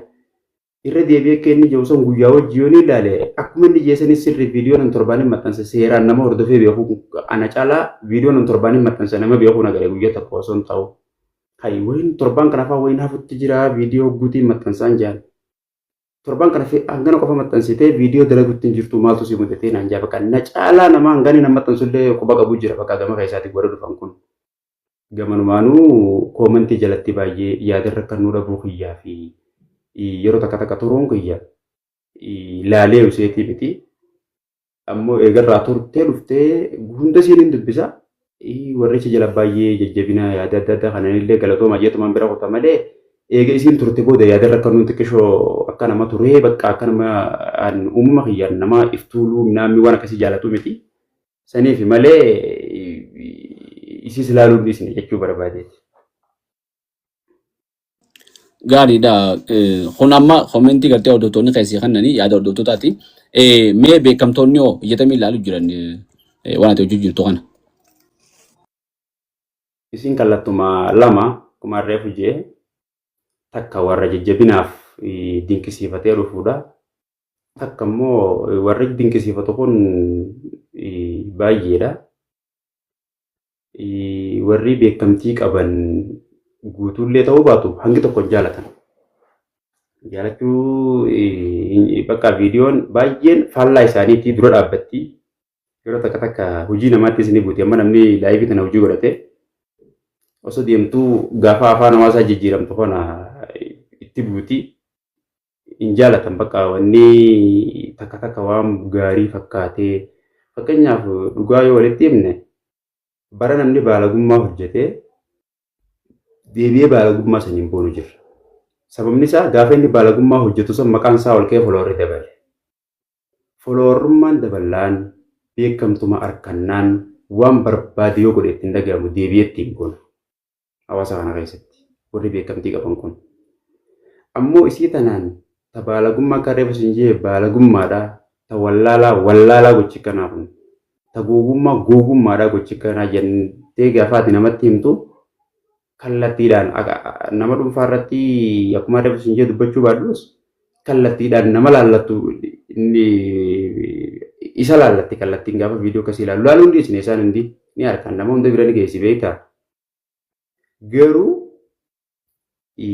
amma silaa beekamtiidhaaf hojjedheen silaa beekamtii mataa kiyyaatiif foloora dabaluuf yookiin beekamtiidhaaf yookiin wanta kaaf hojjedhe komadii lama sadi qofa ta maqaa arra maqaa keetii irratti borummoo maqaa nama biraa irratti guyyatti aanu maqaa feemasa biraa irratti viidiyoo komadii muraasa takka yoo hojjedhe yeroo gabaabdutti feemasa akkasiiti fakkaan isaanii wajjin. Baay'ee qoosaa fi akka komadii naa dhuftu nama muraasa qofarra viidiyoo hojjedhee beekamtii yeroo gabaabdutti beekamtii akkaan argadhu niin beekaniin tilmaama.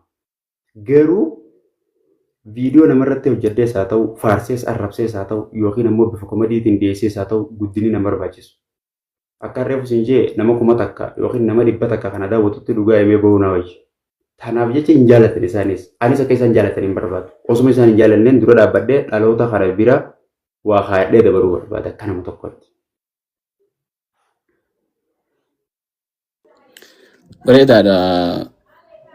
Silaa waan takka hojjettu gauma lama warruma jaalatu bira jibbuu jira. kullachuu nama jiranii. Mee hojiin hojjechuu jirtu kun ati amma hojjechuu jirta. Dhaloota heegereetiif hojiin amma hojjettu tun faayidaa maal qabdii hangam takka bu'aa qabeessa jettee yaadda waan ati amma hojjettu kun dhaloota ammaa kanaa fi dhaloota heegereetiif bu'aansi maalii jettee yaadda? Akka kiyyatti yoo karoorriin jalqabe kun galmanaaf gahee keessattuu kan reefu siin jee bal'inaan miidiyaa kanarratti hojjechuu jalqabe wantoota dogongoroota qofa irratti xiyyeeffatan osoo hin taane waan kallattii biraatiin bu'aa buusanii hojjechaa dogongoroota kanaa sangaan dandee dura dhaabbachaa miidiyaa kanarra gaafan hojjechuu jalqabe. Dhaloota dhufu dura dhaloota amma keessa jirru kanaatu waa irraa hubata. Oromoon gaalli hiriira duraan laallata jedha. Bakka kaan kun ajjatee dabaree kaan duubaan dhufee ajjata. Nama bakka kaan ajjatee dabaree arkeetuutu haaree illee itti dabalee gadaa jiraatu keessa haaree itti dabaluu danda'a. Amma yoo gadaan dhaloonni gadaa amma keessa jirru kun hin dammaqin, ifin arkin, wanni hundi gaarii itti fakkaatte dhaloonni kana boodaan dhufu wanni inni irra dabalu jallinaa fi baalagummaadha malee waan biraa tafetu hin qabu. Yoo ammoo inni kun if arkee dogongora beekee nama qaanfachiifti beekee dhaloonni duubaan dhufu ni dandamata jeetii yaada. Dhaloota dhufu dura dhaloonni amma keessa jiru kun hamtuu fi gaarii adda yoo bare akka kiyyatti bu'aa ni buusna jeetii yaada hawaasa kana keessatti. Hedduu gaariidha. Namoonni akka keetii kun qabdaallee gartee akka heddummaataniifis fakkeenya taataa fi waan takka gartee haruma akka reefootti akka jitaa galee toleetti gamu tokko gama qilleensi deeme oof osoo hin taane karaa kaayyoo qabutti karaan sun jabaatullee karaan sun dhiibbaa qabaatullee ulfaatullee karaa san deemutu dirqama dhaloota irratti ammas beekumsa horachuu malee beekamtii qoftiin waan kasaaraa nama fidaati. Sagantaa teenya hanga tokko yeroo dheertuu irraa birannee gabaabsina hanga tokko naafee mee gaaddisaan dhalatee hangarraa ga'ee miidiyaa hawaasaatti as biyya kanaas san duraas mudannoo addaa takka butanii raanfannee yoo jiraatte mudannoo san nu qooti.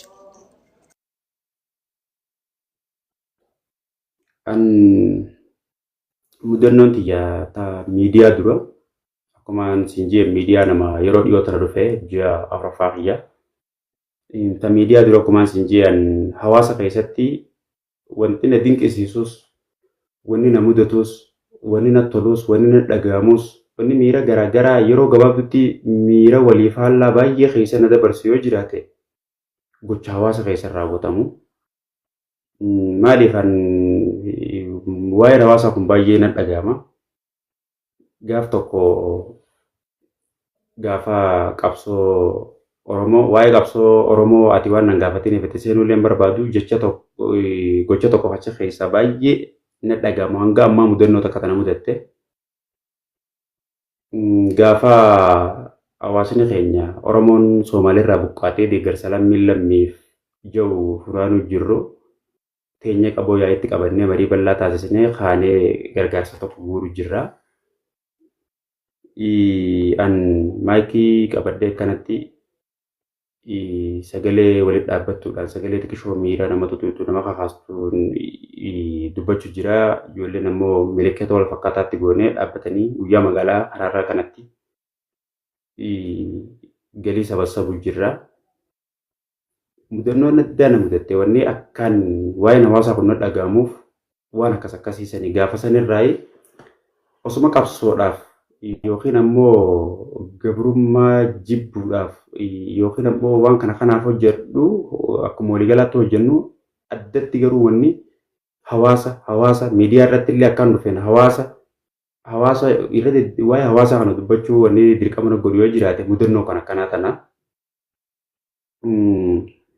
Qoraan baattee baadiyyaadha hara magaalaatti fidatte haati dhiiraa. Nurraa waliitee qatti jettee akkuma ba'aa baattee jirtu dhaabbattee dhageeffachuu jirti sagalee tana. Ijaanniin harkaa caljeetu malaalaa ani itti fufe waan hin jechuu jirus itti fufe ijoolleenis galii guuruu jirti itti fufne dhaabbattee dhageeffatte. Achi booda karaa mucaa wanta qabatee maallaqa guuruu jirutti gatiixee miila kophee lafa dhiistee miila keessaa fuutee fuudhi jetteen. Mucaan yaada dubannee fi maal isiidhaan jaa fuudhi jetteen qubatti laattee kophee keessaa. gaafa mucaan gajjee laalu qarshii saantimaa callaa sibiilaa kanaa fi ni beekta shilingii saantimaa 50 jechuun walakkaa qarshii takka. Isii tanaatu kophee keessa jira hirpha isii jala ta'e isiin gubbaan uffattee deemu jirtu jechuudha. Waan isiin qabdurraa ta'irraa gadii jechuudha sanii gadi nafin. Jireenya keeyyatti akka mudannoon akkasii nama jettee hin beeku. Achi booda waan hin godhu jiru sanii wallaale. Hanga waan hin godhu keessatti fakkeenyaaf miidiyaa irrattis dubbattee lafa irrattis dubbattee wanni ati dubbachuu jirtu kun ergaa wayii dabarsuu fi dubbachuu jirtu. Gizeen an maayikii banadhee yookiin immoo achi booda miidiyaa banadheetis dubbadhu keessatti mudannoo akka guyyaa sanii na mudatte akka hin beeku waan akkas miira keenya tuqee. Mudannoon nan akka nama dura bu'ee dubbachuuttis yeroo baay'ee nama dura dhaabbadhee illee waa dubbachuu fi gaafa sanillee dubbachuun ture ammallee karaa miidiyaatti dhufee waa dubbachuu jira. Mudannoo isii tana naa caaltu nagarree ammoo eegaan karaa miidiyaa dhufee yoo jiraatte ergaa bareedduu takka dabarsuuf ka'ee guyya tokko. Akkuma ati agartu viidiyoon tiyya daqiiqa takkaa geessu yoo dheeratte daqiiqa takkaaf walakkaadhaa daqiiqa lamaa. Taatota hin qabdu, kaameramaan hin qabdu, osumaan deemuutiin waraabee dabaraa. Viidiyoon takka komadiidha. Naa dhufte yaadni bareedaan tokko naa dhufe yaada komadiif ta'u namuma taatota naa ta'u dhabee. Taatotuma nama naa ta'u dhabee bakka dirqama taatota nama tokko wajji si gaafatti isiin san. Viidiyoo daqiiqaa lama kanaati isiin gabaabduma garuu taatota si gaafatti. Deemee ijoollee birattichi deebi'ee itti himadhee taatota naa ta'aa jeeni namuma taatota naa ta'uu dhabe bakka. Ana qaama kiyyaa viidiyoon ammaa naa dhuftetu yooni namman tana waraabuu baadhee ajandaa qabadhee bakka barreessee kaadhee waan gurguddaa godhee itti cinqamee yeroo biraa deebi'ee waraabuuf viidiyoo yeroo sana dabarran kanaa dabarte. Har'a taatota dhabee kutee boon viidiyoo waraabjeetiin taatota dhabee boo isin akkanaa jeeni mucaatti gaafaanii inni himuu mucaa ijoollee ta'u jijjiirrutti tammi isin ammaan siitaa gaafa jawarisiisan deebi'ee yaadachuu dadhabe. Hanga amma yeroo jirrutti komadii osoo inni hin hojjetin na kofalchiisti komadiin san. Kan hin gaafa hojjetin ifiifuu deebi'eetti kofla komadii baay'ee natti toltee turte guyya san. Guyya san taatota dhabe achi booda deebi'ee mucatti himee taatota anaa siitaa natti himee gaafa inni jiru. Irraan fadhee bakka haga amma yeroo jirrutti yaadachuu hin dandeenye viidiyoo san. Mudannoon takka tana mudatte egaan karaa miidiyaa dhufe yoo jiraatte isii tana. Mudannoo addaati mudannoo lachuuti waa hedduu waan gartee qalbii nama tokko dhuga waanta gaafa uummanni keenya buqqeessuun amma haati san qabeenya san shilingiin kophee keessa jirtu sun qabeenya isiin qabdu karraa oliiti qoraan duudaa qabdu malee wanni isiin mudhii irraa qabdu laa jiraatte mudhii irraa kanniti. Waan mudhii irraa hin qabnee fi kophee keessaa qabdu shilingii san kannite gumaachuun uummanni keenya qabsoo tanaafis waa hundaafuu karaa hundaan gumaachuun uummanni keenya godhee waan gartee himamuu fi barreeffamus akkuma fedhettu waan himamee dhumuu miti waan himamus ni ulfaatti silaa beeknee akkuma ati jette aartiidhaan fa'aa yookaan filimaan fa'aa namni dandeettii qabu ibsinee malee waan akka laaftutti nama galtu miti sagantaa jirii gabaabsina mee dhumarratti fuuldura maal sirraa gaaddisaarraa fuuldura maal eeynamee Fuuldura akka gaaddisaatti wanni inni nan ifirraa eegu yoo jiraate eegumaafuu miidiyaa kana akka ammaa kanatti irraa fagaadhee ilaaluu dhabee dandeettiin inni nan karaa miidiyaa kanatti qabu ni jirti. Fakkeenyaaf akka joornaalistii akka amma gaazexeessummaa akka ammaati hojjettuu kanatti bifa gaafii deebiitiin haa ta'u gabaasa dhiyeessuun haa ta'u miidiyaadhaan osoo hin ta'in hawaasa keessatti hojjechuun ture wantoota gabaasa dhiyeessuu fi wantoota miidiyaa wajjin wal qabatan ogummaan inni akkanumatti leenjii malee isii fi walaloon ogummaan inni leenjii malee akkanumatti ofirra beeku takka isii san ji'a miidiyaa hawaasaa kanaan itti dhiyaadhee bakka sagalee ta'uun barbaachisutti sagalee tahaa bakka gargaarsa ta'uun barbaachisutti gargaarsa tahaa gargaarsi guddaan safuu eeguudha bakka safuu hawaasaa tana dura dhaabbattee eeguun barbaachisutti eegaa miidiyaa kana kallattii garaagaraatiin hojjechuudha. Inni itti aanu ammoo advertaayizingii beeksisa beeksisa bifa haaraan hojjechuudha. Fakkeenyaaf beeksisa akka beeksisa hojii qofa akka piroomooshinii nama yaamee namni beekamtii qabu isuma irratti xiyyeeffatee sababa xiqqishoo akkuma reefus hin bu'aa qabuuf irratti xiyyeeffatu sana osoo hin taane beeksisuma akka hojii dhuunfaa haa ta'u, biiroo haa ta'u, beeksisa duraan muka ifaatii fi waan garaagaraa irra maxxanuu ture san amma achirratti dubbisuun san amma haftee dhaabbachaa jirti. Isumaan baay'ee nama rakkisaa jira amma eessatti qabeessa dubbisan. Akkaawuntii kanarratti akkaawuntii akkuma maqaan isiitu ni gabaabsee malee akkuma maqaan isiitu ibsu beeksisaa godhee namni kallattii garaagaraatiin yoo beeksifachuu barbaade beeksisa barreeffamaatis asirra maxxanfachuu haadhuuf immoo dhufee daawwachuu mana beeksisaa tokko godhee isa kana akka itti namni kun kallattii gabaabaadhaan waa argatu godhee akka inni nama tajaajilu godhuun hawwii kiyya gafaaniin yeroo harkadhee karaa miidiyaa kanatti as deebi'e. Beeksisa kana guutuu amma hojiin advertising yookaan promotionaatu hojii gartee hojii guddoodha. Biizinasa illedha. Akkaataan itti barbaaddu ati akkaataa biizinasaatti immoo akkaataa tololtummaati. Fakkeenyaaf namoonni daddaggoo ergate kanatti tololtummaadhaan nama maxxansi nama hedduu takkaa jira. Osoo akkas hin ta'in namoonni hanga tokko kafalanii maaliif miidiyaa hawaasaa irratti kontentiin uumantuun madda galiillee namaa ta'uu qabdi. Namni jiruuf jireenya isaa fooyyeffachaa ammoo jireenya kun dijitaala waan ta'eef asirratti illee galii argachuu qabda. Ati illee namni biraallee akkas ta'uu qaba. Saniif galii sana akka argattuuf akka biizinasaatti gootamoo moo akkuma itti kanatti akkuma tololtummaatti goota? Hojii takka jalqabnaan dirqama itti kan yeroo ta'e waa hunda itti kannuu si gaafata. Beeksisa kana hojjechuuf waa baay'ee si gaafata. Fakkeenyaaf amma beeksisa nama dhuunfaa tokko fa'aa yeroo sirraa fixee fakkeenyaaf amma egaa karaa miidiyaa kana dhufe beeksisa tokko hojjedhee jira.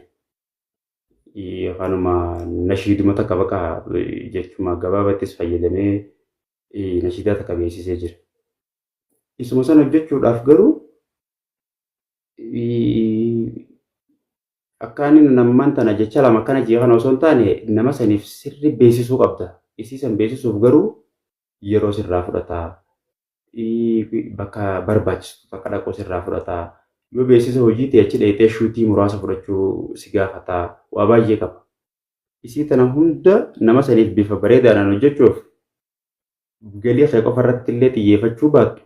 Inni saniis ifumaafuu gaafa beeksisa hojjechiisuudhaaf dhufu akka inni kafalamu ni beeka. Gaafaan inni akkasii jalqabee hojjechuu jalqabetti dirqama gaafaan namaaf hojjedhu maddi galii tokko dirqama yoo niifi sibira jiraachuu baate waan sanuu hojjechuu hin dandeessu kun beekamaadha. Akkanumatti nasaadhaan yookiin ammoo tololtummaadhaan deemee hojjedha jee itti hidhamanu. Tololtummaa wanni deemanii hojjetachuu jiraatte nama rakkate fa'aa ifi keetti dheetee waan san beeksisuu fi nama sagaleen isaa dhokatte dheetee sagalee isaa san mul'isuu fi isiin akkanaatuun waan namni gaafatamee kadhatamee godhu osoo hin taane waan namni dirqama qabudha. Namni mataan isaa yaadu kun dirqama keenya. Kaan ammoo abbaa dhuunfaa mana kana mana beeksisaa godhee nama barsiisee namni asirratti waa dubbifachuu fi waa laallachuu asirra waa daawwachuu gaafa eegaletti osuma waa'ee hawaasaa komediidhaanis ergaa garaagaraatiinis miidiyaarra osuma hojjennu jidduu waan akkasiisanis namaaf hojjechuun gaariidha jeetiin amana akka hiyyatti. Hedduu gaariidha. Waan ajaa'ibaati. Hayyoo kan rabbi galmaan si haa ga'u. Dhumarratti sagantaan gabaabsina. Atis waan biraa akka ganaa ta'etu qabda. Ani sagantaa biraa takkaan qaba. Yoo dhaamsa qabaatte dhumarratti dhaamsa hiree dhaamsa si kanneetiin sagantaa teenya godhabna. Qaadisa turtii bareedduu hin taasifne yoo dhaamsa qabaatte dhaamsa kee dabarfadhu sagantaa teenya godhabna. An dhaamsa baay'een qabu dhaamsiin nan qabu yoo jiraate namni karaa sooshaal miidiyaa kanatti dhuftan mata duree si qabatanii dhuftan mata duree gaarii haa ta'u. Miidiyaan hawaasaa keessattuu ji'a amantii islaamaatiin baay'ee dhimma ulfaataadha. Sababni isaa namni sababa keetiin jallaan akka jallinaan dabalanne waan mata duree tokko fa'aa gaariidha jettee yaaddu qabadhu as bahii yoo eegaa as baate booda garuu nama hin dhageeffatiniin jechuu barbaada. Akka dhaamsaatti wanni nan qabu yoo jiraate namni baay'ee daameeji nama godha. namni kanuma sitti aanu kanaatutu jalqabaa asirratti mooraalii siif hin kennu. Mooraalii naafu garuu si cabsaa. Amma namni dandeettii adda addaa qabu namni jajjabaan hawaasa kana keessatti dhalachuu hin dhiifne oomishamuu hin dhiifne osoo cabsaniiti mataan isaa bakka moora ta'ee hafe moora ta'a namni mataan gizee moora ta'e rifeensa baasa malee yaada haaraa baasuu dhiisa. Amma namni jajjabaan akka mucaa taphataa kubbaa miilaa akka lammii Kanaadaa san Alii Ahmad san as keessattis dhalachuu hin dhiisne. Garuu jajjabina waan hin qabneef waan wal cabsinuuf guddachuu walitti hin dhiisne sannu jalaa miliqee guddate amma Kanaadaatti waan guddatee fi sadarkaa sanirra ga'e malee akkasii jajjabaa dila as keessaa qabna. Taphaa qofaan osoo hin taane kallattii garaagaraatiin guddatu baay'ee qabna. Yoo akkasiin nu jalaa miliqee bakka biraa guddatee guddina harkatee nu dhufe malee guddachuu walitti hin dhiifnu biyya tana keessatti. Kanaafuu gizee waan tokko irratti xiyyeeffatte koomentii namaa xiqqeessii kasitee garee haa galatoomuu. Kas dura dhaabbatee kasii arrabseessitti koomentii namaa tajaajilatii fi tokkochaatti sin arginiin jechuu barbaada akka fayyatti. Hedduu galatoomii Gaaddisaa turtii bareedduu waliin taasifnee waa'ee miidiyaa hawaasaa irra gartee afaan miidiyaa hawaasaatii fi afaan hawaasa keenya lafarraa hiikuu jirta afaan hawaasaatti gartee waan miidiyaa irratti namni oofu kana.